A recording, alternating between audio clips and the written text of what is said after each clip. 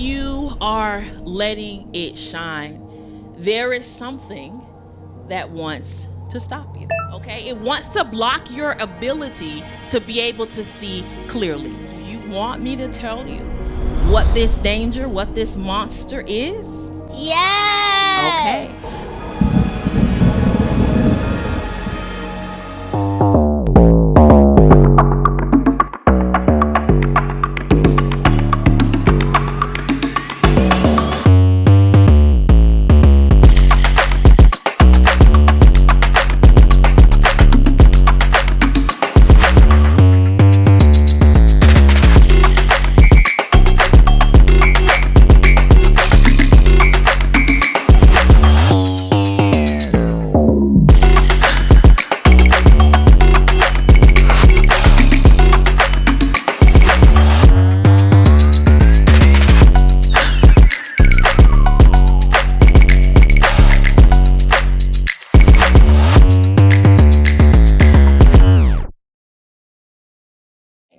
I call this monster, this danger, a light blocker.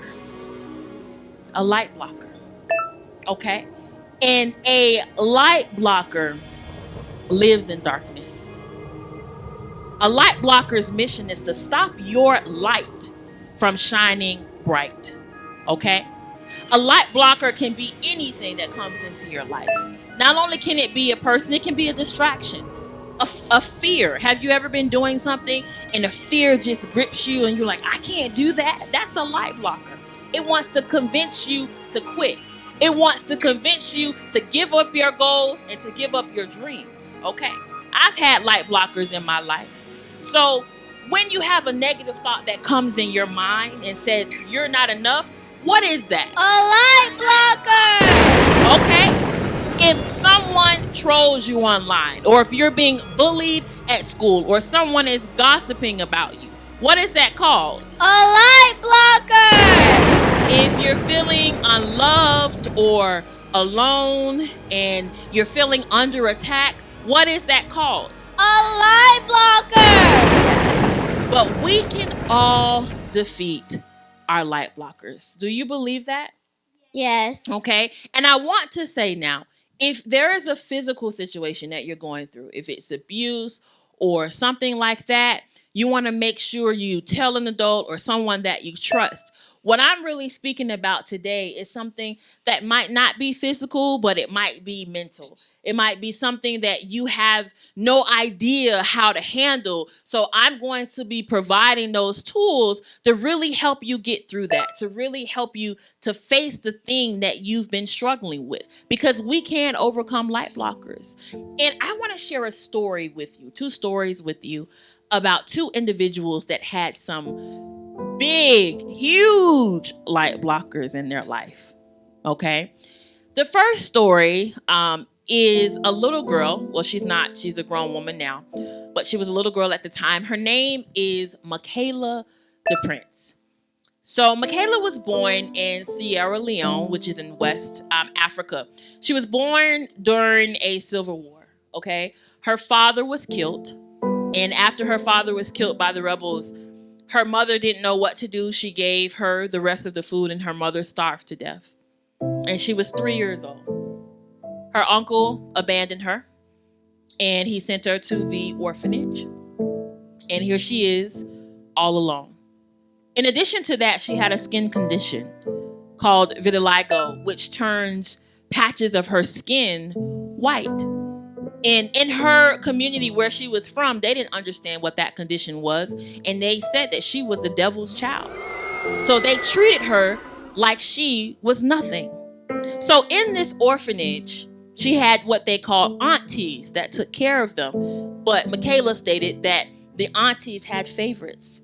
They gave each of the children a number, 1 through 27. Number 1 got the biggest portion of food and the first pick at all of the clothing.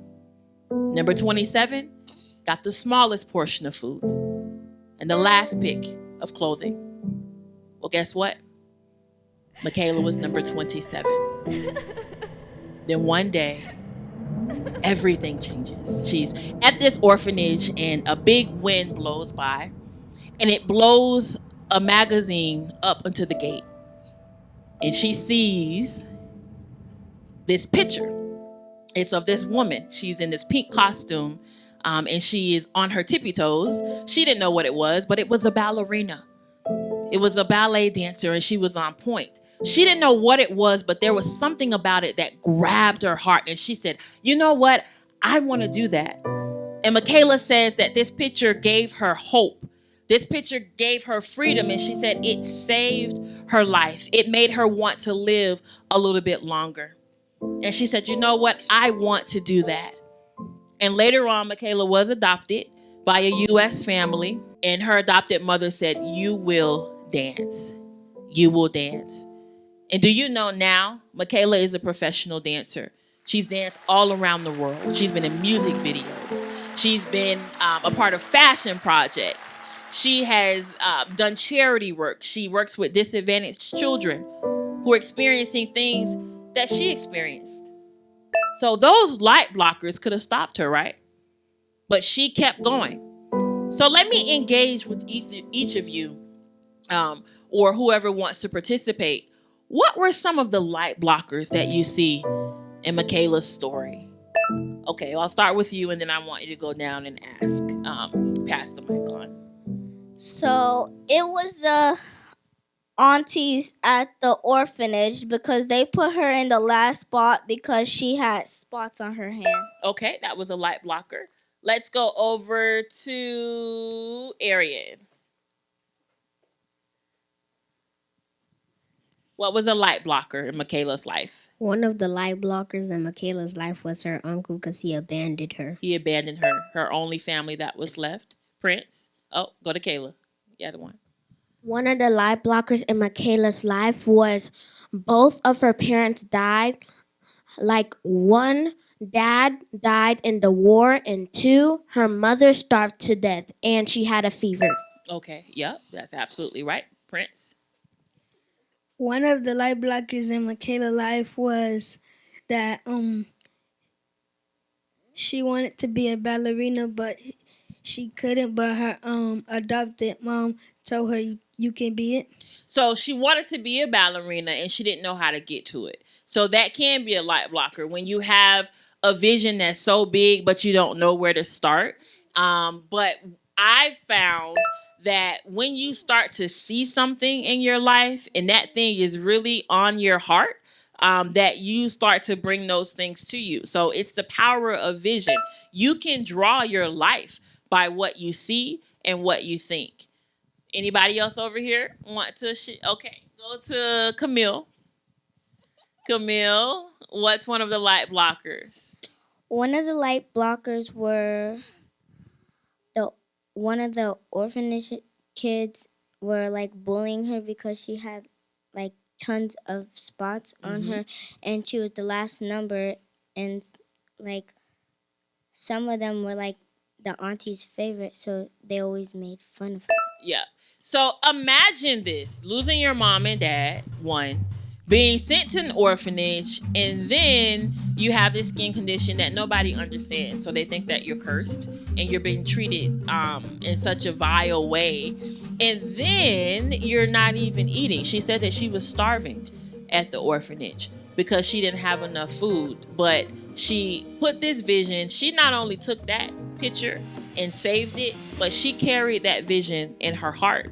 And that's something that we have to do. So we can always overcome our light blockers. And I also want to say that Michaela went on to write, co-author 2 books. She wrote a book and she helped her mom, her adopted mom, on a book. So she went to do amazing things. She has a documentary, but it shows you that your vision can open up other doors for you, right? So you can have one vision and you focus on one thing, but other doors open up for you to be able to do more. And she's continuing to help more people. She never knew that her pain was going to be her promise. Okay? Think about that. We all have different things that we go through, and it feels like it's unbearable. Okay? Maybe you live in a home where you don't have a mom and dad together. Maybe there's a divorce situation that's there, or you live with just, you have a single mom or a single dad. or a parent is in prison, or there's poverty, you don't have what you need, you don't always have enough food, or you feel like you're alone. So these are all light blockers. But what we don't realize is that on the other side of the light blockers, there's something even greater. Okay? So I also want to talk about another story. Is that okay? So another story that I want to share briefly is about a young man named Shaquem Griffin. Okay? He is a twin. His brother's name is Shaquille Griffin. And at 4 years old, well, when he was born, let's start there. When he was born with a defect in his hand. So at 4 years old, it was causing him so much pain that the doctors decided to amputate his left hand. And amputate means to cut it off. But he had a dream to be a football player. Him and his brother wanted to be a football player.